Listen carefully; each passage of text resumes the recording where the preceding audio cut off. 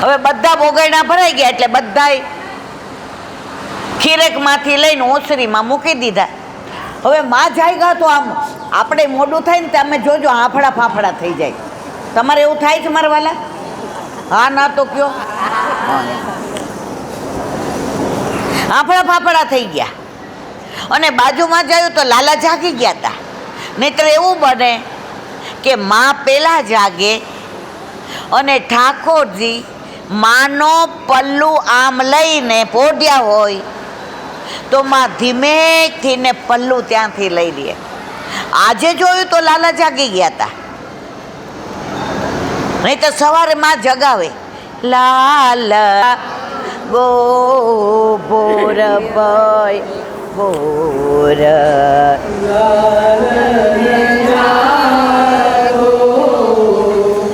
બોર ભાઈ લાલા જાગો બોર ભાઈ વિકસે કમલ વિમલ પાણી બોલને લાગે પંછી જવું લાલ ન જાગો બોર ભયો બોર दूध दही पकवान मिठाई रोटी बोल रसिक प्रीतम सो कहत नंदर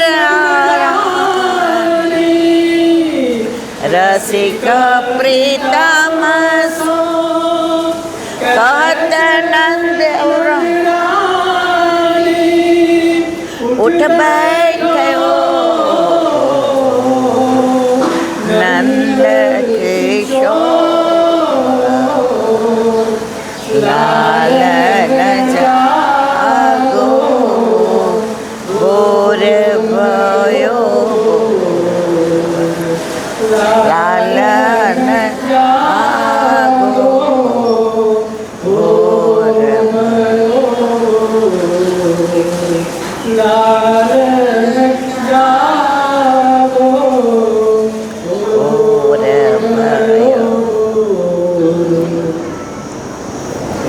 લાલ ને જાગો ભોર ભયો ભોર.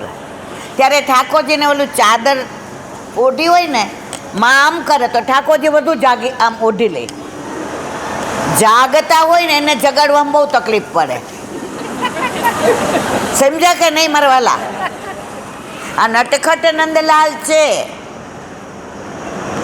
આવી લીલા કોઈ ભગવાને કરી હોય તમે સાંભળી છે મારા વાલા? મેં તો નથી સાંભળી. તો માં વિચાર કરે, રાતના મોડો સૂતો હશે, ગાયો ચરાવવા ગયો ત્યારે ગાયો એને દોડાવ્યો હશે, યમના જળ પીતા પીતા ગાયો આવતી નહીં હોય તો પાછો ખેંચતો હશે. મારા લાલાને કાલે બહુ શ્રમ પડ્યો હશે ને એટલે આજે જાગતો નથી. ઠાકોરજી કે શ્રમ નથી પડ્યો, હું રાધાજીને રાહ જોઉં છું.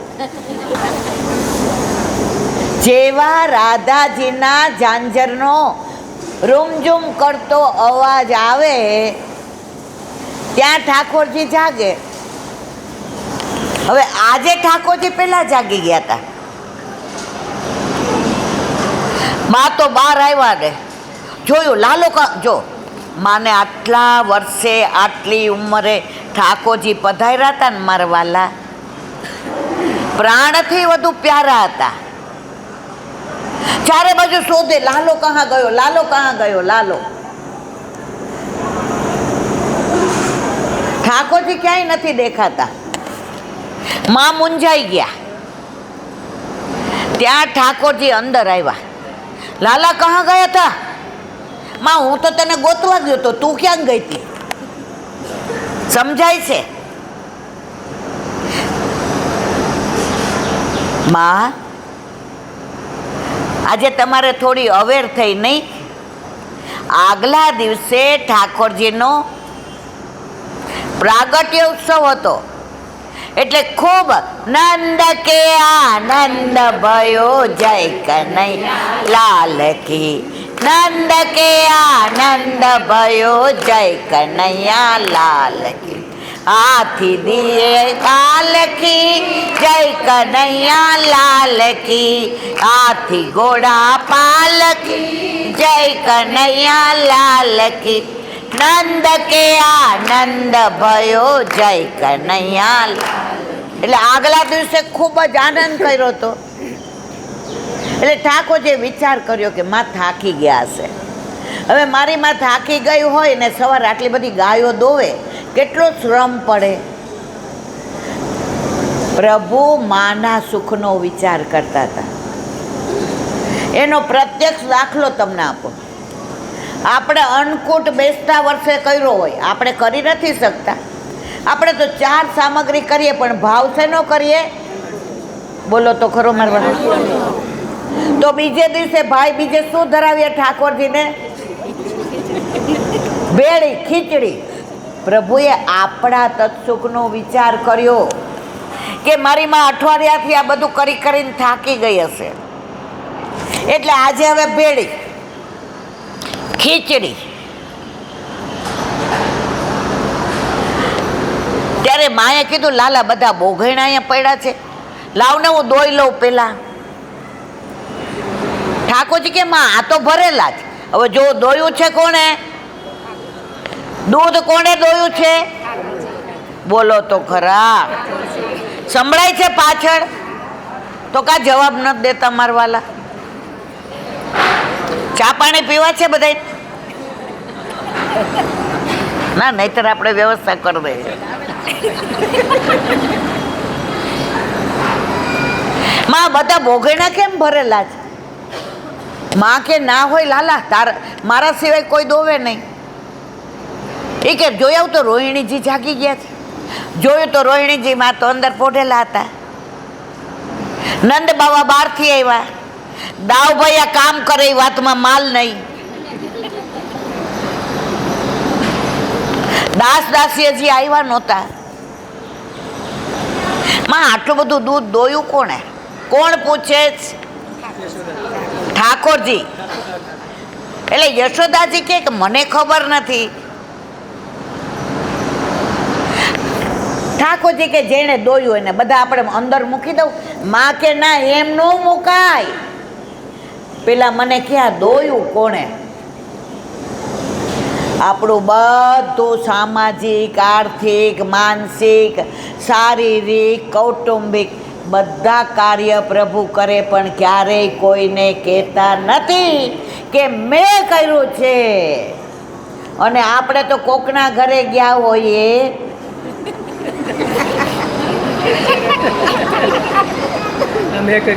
માળાજી કરી હોય ને ગુરુદેવને ધરાવે ને, એટલે બધા કે બહુ સરસ હો. તો આપણે ઓલા બેનની આબરૂ લઈ નાખીએ. એ થાકને મણકો જોયો, મારા જેવો કોઈ ન આવડે એમ કરીને કહી દીધું કે માળાજી કોને કરી છે? ઠાકોરજી કે માં મને નથી ખબર. યશોદામાં રાજી થયા. એ કે ચોક્કસ મારા દાવે દોયું હશે. એ કે માં દાવને તમે કોઈ દી કામ કરતા જોયા છે? મેં તો નથી જોયા. એ કે પણ આજે કદાચ લાલા હું થાકી ગઈ હતી ને તો દોયું હોય. ત્યાં દાવજી આંખો ચોળતા ચોળતા આવ્યા. દેખો આપકા દાવ તો નીંદ में से आया है. માએ પૂછ્યું દાવ તે ગાય દોય છે? એ કે મને આટલી બધી ગાયો દોતા આવડે?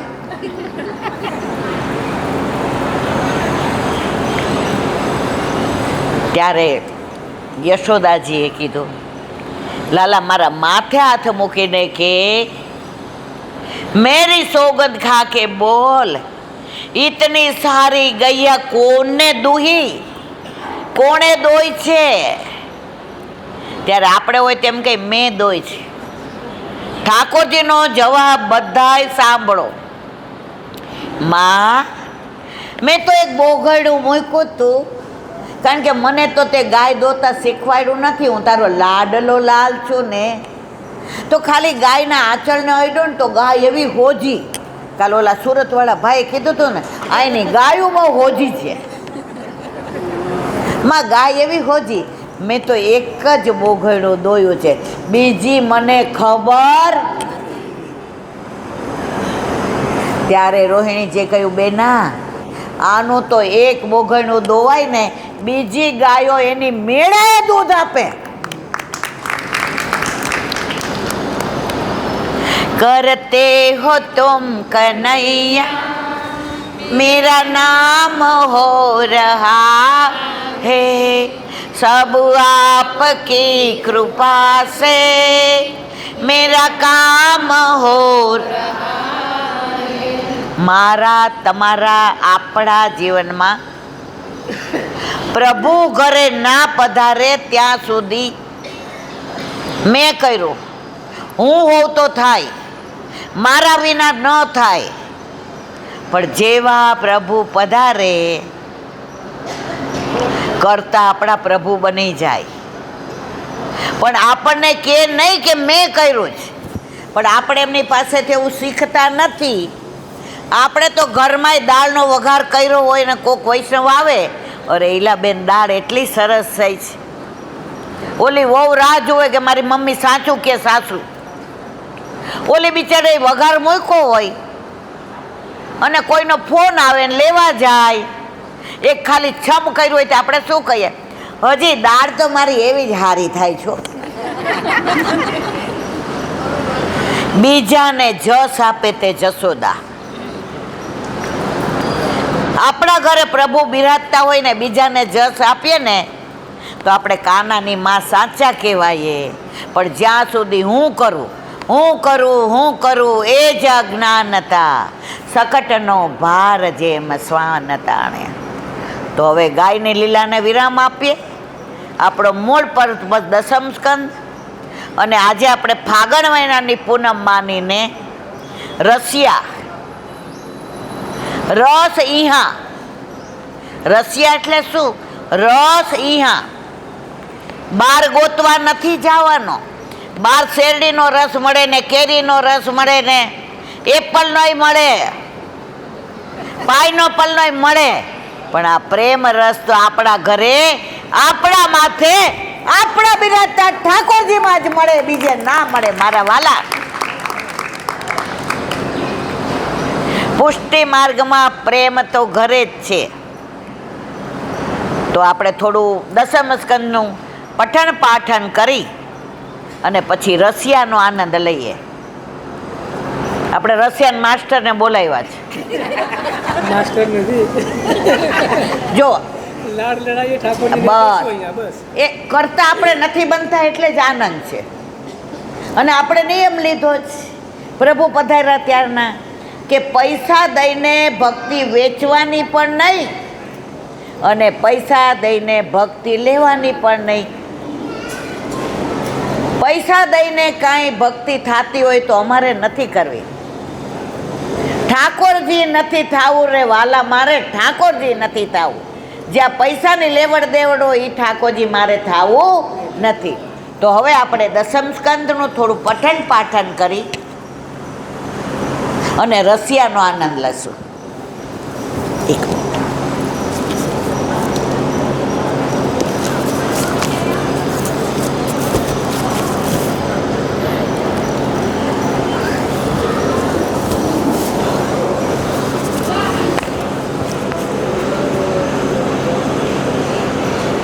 જ્યારથી ખબર પડી કે જેઠ મહિનામાં પુરુષોત્તમ માસ છે,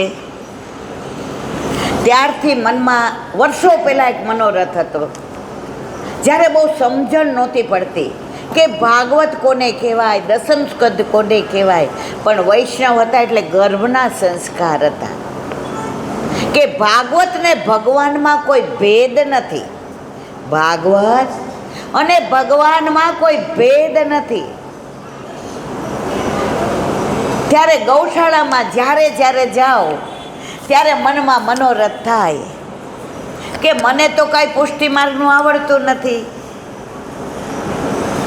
મને ભાગવતમાં કાંઈ સમજણ પડતી નથી, પણ તોય મારા મનમાં કેમ એવું થાય છે કે અધિક મહિનામાં મારે ગાયો પાસે દસમ સ્કંદ વાંચવો છે. ત્યારનો મનોરથ મારા વલ્લભે આ પુરુષોત્તમ મહિનામાં પૂરો કર્યો. હવે વયા જાય ને તો વાંધો નહીં મારા વાલા, ખાલી આપણે મનોરથ કરવાનો જ હોય છે. પૂરી કરવાની જવાબદારી ઠાકોરજીની, અને એક એક આપણા અલૌકિક મનોરથ પ્રભુ પૂરા કરે છે, કરે છે, કરે છે, એમાં કોઈ શંકાને સ્થાન નથી. અને આજે 15 દિવસથી જે અહીંયા આનંદ શબ્દો જ્યાં ખૂટી પડે, જે ડિક્શનરીમાં શબ્દો ખૂટી પડે ત્યાંથી પ્રભુના પ્રેમની શરૂઆત થાય. એ તો પ્રેમ કી બાત હે ઉદો, બંદગી તેરે બસ કી નહીં હે. આ બધું આપણા બસનું છે. અહીંયા બેસવું, અહીંયા હા પાડવી, અહીંયા ગાયો બધી સાંભળે, માઇકની વ્યવસ્થા કરવી. અમે લોકોએ 50 કે 70 ખુરશી લાવ્યા હતા કે બહુ થઈ ગઈ. આજે બધાને જોયા તો સામેથી ફોન આવ્યો, તમારે ખુરશી જોશે હો, અહીંથી લઈ જાજો. આ કોણ વ્યવસ્થા કરે છે મારા વાલા? ફક્ત મનોરથ કરીએ, પૂરું કરવાની જવાબદારી પ્રભુની. આના વર આવ્યા છે, અઠવાડિયે એક રજા મળે પત્રકાર, પણ ખુરશીની વ્યવસ્થા નહીં થઈ તો પાછળ બેઠા હું બધી વ્યવસ્થા કરું. આમાં કોણ ક્યારે લાવો લઈ લે છે ખબર પડતી. મિલનભાઈ વ્રજમાં હતા ને, મને કે આવીને મારે ગાયોનું ગાવાનું છે. મેં મારા વાલા આવો તો ખરા. આવી ગયા અને પ્રભુએ મનોરથ પૂરો કર્યો. આજે પોષી પૂનમ, શરદ પૂનમ, ફાગણ પૂનમ, જ્યેષ્ઠાભિષેક, બધી પૂનમ આજે ભેગી. કારણ પુરુષોત્તમ મહિનો.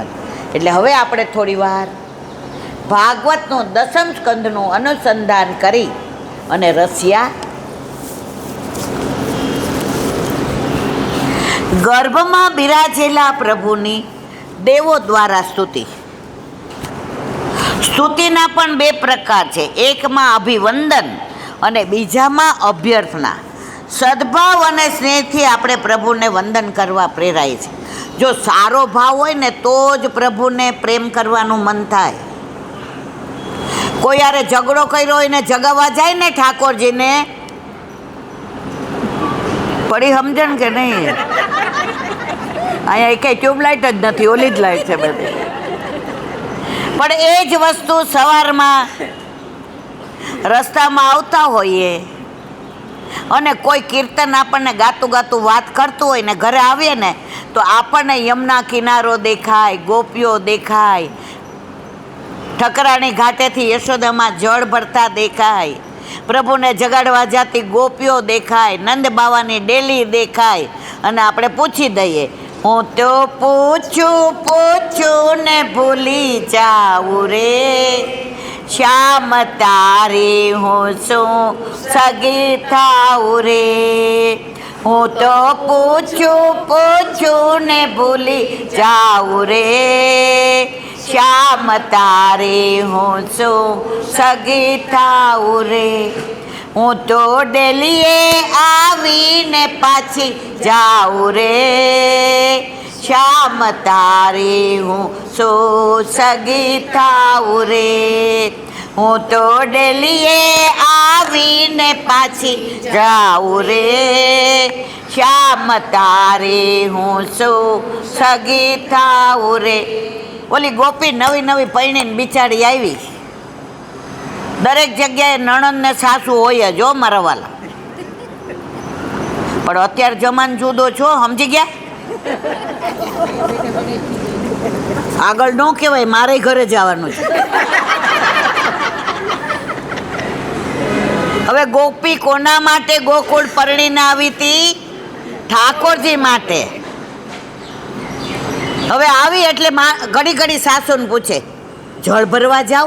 એ કે ના હો, ઢેલના પગ 9 દી રાતા હોય. બાપા હજી તમારી મહેંદી નથી ગઈ, હજી ન જવાય. એ કે માં હું તમારી દીકરી જવા દ્યો ને.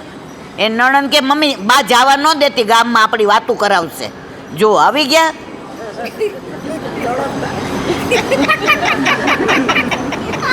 પછી કે બા ગોકુળમાં એવો રિવાજ મારા વાલા, મારે આ દસમકંદનું કરવું છે. બધાય મને ફોન કરીને પૂછે ઈલાબેન નંદ ઉત્સવ ક્યારે? મેં કીધું આખીએ ત્યારે. ગોકુળમાં એવો નિયમ કે નંદ બાવા મુખી હતા. એટલે આપણે સાંજે જ્યારે સંધ્યા ટાઈમ થાય ત્યારે દીવા પેલા હતા, આવી ટ્યુબલાઇટો ને આવું નહોતું. દીવા કરો ત્યાં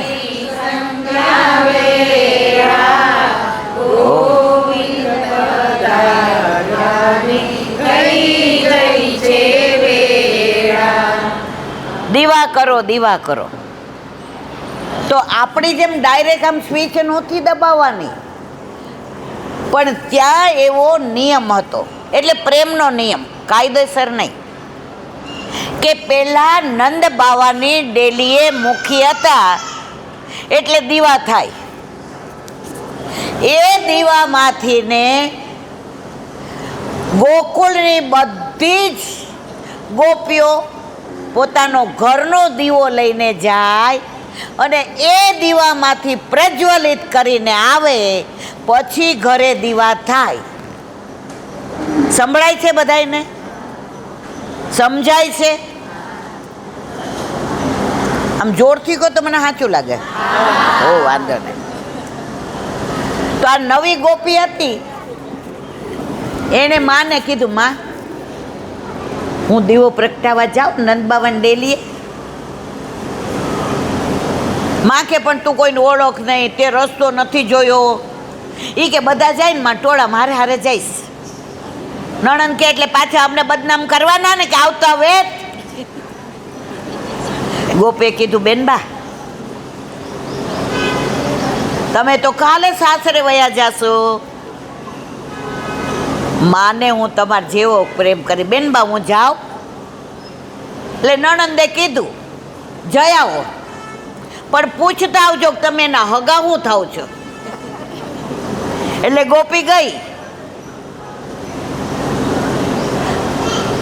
નંદ બાવાને ત્યાં ડેલીએ જઈ હું તો પૂછું ને જાઉં રે, શ્યામ તારી હું શું સગી થાઉં રે. હું તો પૂછું ને ભૂલી જાઉં રે, શ્યામ તારી હું શું સગી થાઉં રે. એટલે જઈને આવી એટલે નણંદબાઈએ પૂછ્યું ભાભી તમારા હગા શું થાય છે કાના? એ કે લે એ પૂછતા તો ભૂલી જ ગઈ. તો પાછી ગઈ. હું તો ડેલીએ આવીને પાછી જાઉં રે, શ્યામ તારી હું શું સગી થાઉં રે. નણંદે સાસુને કીધું એક પાયો ઓછો છે.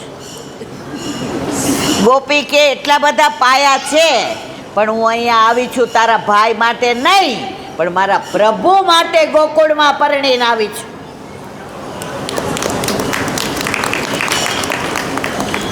હવે ગોપી એને માએ હા પાડી અને દીવો લઈને ગયા.